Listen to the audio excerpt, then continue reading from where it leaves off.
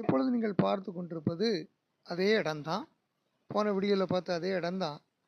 இப்பொழுது நாங்கள் மலையின் மேலே ஏறி சென்று சுவிசேஷத்தை அறிவிக்க சொல்கிறோம். இங்கே பாருங்கள், பிலிப்பீன்ஸ் நாட்டில் உள்ள இந்த அருமையான தேவ பிள்ளைகள் எல்லாம் இணைந்து வீடு கட்டி கொடுத்துருக்குறாங்க. இப்போ இந்த வீடு கட்டி கொடுத்துருக்குறாங்க. ஒரு சிலருக்கு இந்த ஹாலோ பிளாக்னு சொல்கிறதுல செங்கல்ல வீடு கட்டி கொடுத்துட்ருக்குறாங்க. ஆனால் அவங்க மலையில் தான் வாழ்கிறாங்க. கீழே வந்து ஜனங்கள் தண்ணி பிடிக்க முடியாது. அந்த மற்ற மக்கள் ஒரு 3 கிலோமீட்டருக்கு அங்கே இருக்கிறாங்க. அங்கெல்லாம் போய் தண்ணி பிடிக்க விட மாட்டாங்க. அப்படிப்பட்ட ஜனங்கள் இங்கே வாழ்ந்து கொண்டிருக்கிறார்கள்.